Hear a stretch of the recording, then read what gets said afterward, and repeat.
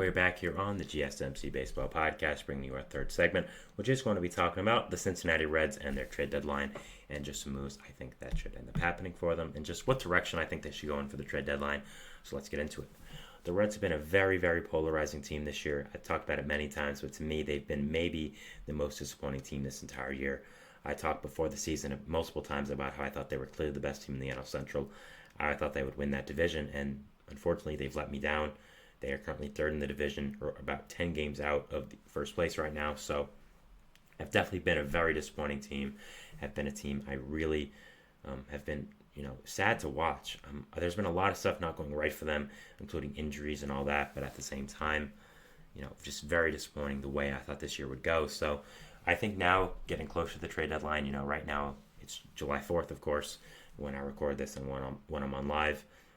The trade deadline is on July 31st. You've got under a month now to decide what you're going to do, and I think the Reds are one of those teams that really have to take a hard look in the mirror and say, what are we doing? What is our decisions? What decisions are we making? What are we going to do? And you have to decide, first of all, are you doing maybe one of four things? One, are you fully rebuilding? Two, are you buying? Three, are you retooling? Four, are you doing nothing? Now, I'd say fully rebuilding is out of the way because I think once everyone gets healthy, they're going to be a team to really watch out for next year.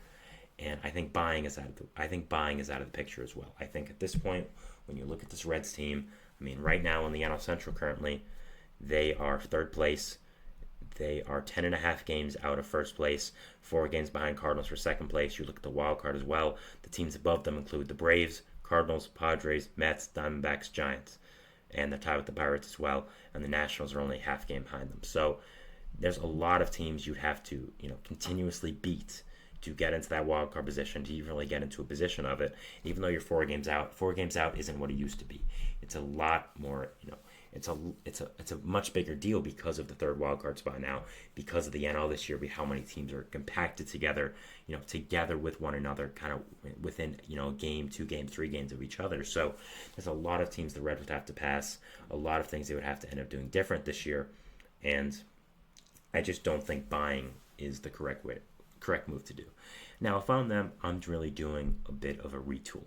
I'm getting rid of guys who I don't see as part of my long-term future on 1 to 2 year deals, guys I think are also expendable, and so I want to talk about it. So first of all, the guy you see on the screen there, if you are watching, Jonathan India. I think that's someone that the Reds really should look to move on from finally. Ooh, sorry about that. That was, if I made a weird thing, that was my phone. I was trying to get on my notes and it fell, so that was unfortunate. But Jonathan India, he's been in trade rumors for such a long time now.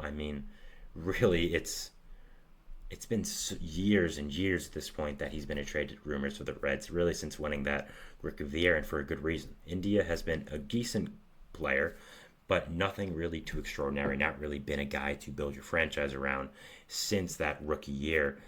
And with all the talent the Reds have on this team in the infield, with all the young players coming up, I don't think there's a long-term future for India right now. And I think they were very close to trading him at the offseason, and I still think they should try to regather those talks and try to end up finally moving on from India. Now, the reason I say this is because India is a good, solid player, but really isn't anything fantastic. I think he's just a fine player who is a starter, but isn't a fantastic starter, isn't an all-star level player. And this year, I think he's really outperforming expectations. Do I think he's a really 122 WRC plus type bat? I don't. I don't think he's that good of a player. I think he's solid, but I don't think he's that good. And I think if you are a Reds fan, you kind of look at India and you say, okay, we should sell him at his highest value. And looking at the long-term future of this team, I just don't see where he's going to play. You have your infield really sorted out for the next 5-10 years, I'd say, honestly. First base, Christian Encarnacion Strand. Second base, Matt McLain. Shortstop, Ellie De La Cruz. And then third base, Noelvi Marte. I think that really should be your infield for a long, long time.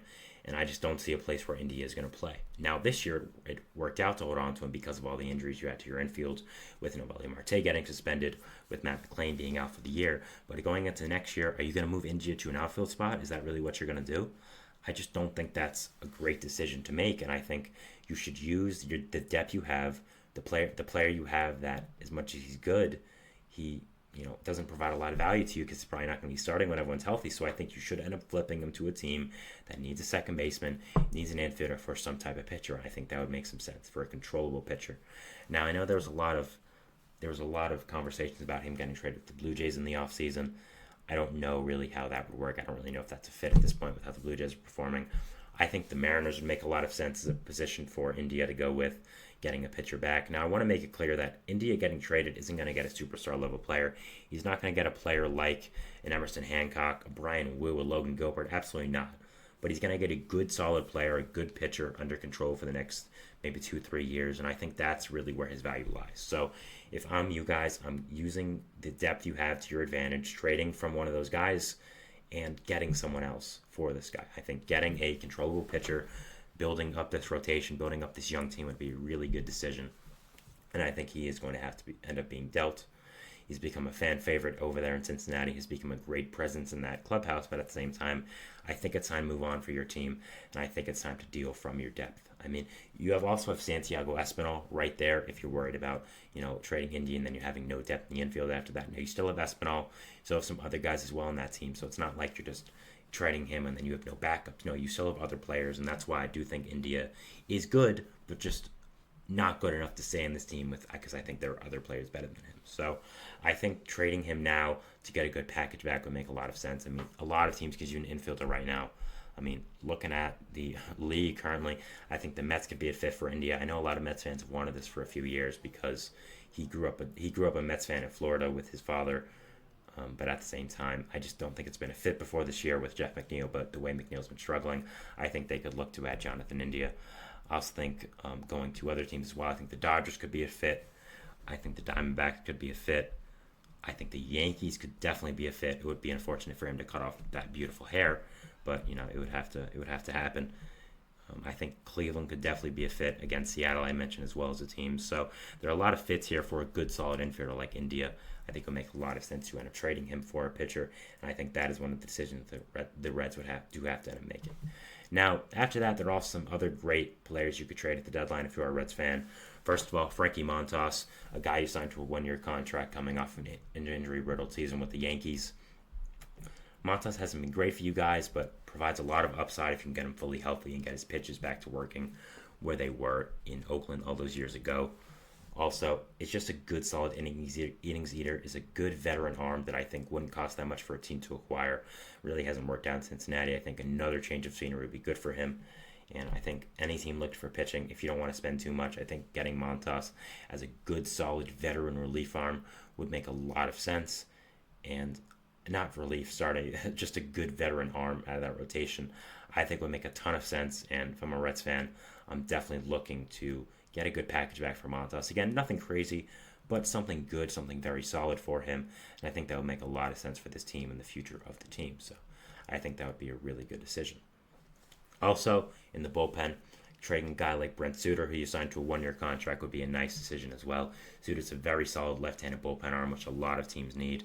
He did sign with the Reds because he is from Cincinnati, but at the same time, I think this is a business at the end of the day. I'm sure Suter knows that, so going to a contender wouldn't be mad for him. So, yeah, I think there are a lot of ways the Reds could really go here, but overall what I'm trying to say is I think they'll be very good next year, but I just think because of the injuries this year, because of the circumstances you found yourself this year, I just don't think this is your year to compete. I really think next year is what you should be targeting for, assuming everyone's healthy. There are a ton of great young pieces on this team, guys like Nick Lodolo, guys like Hunter Green for your rotation.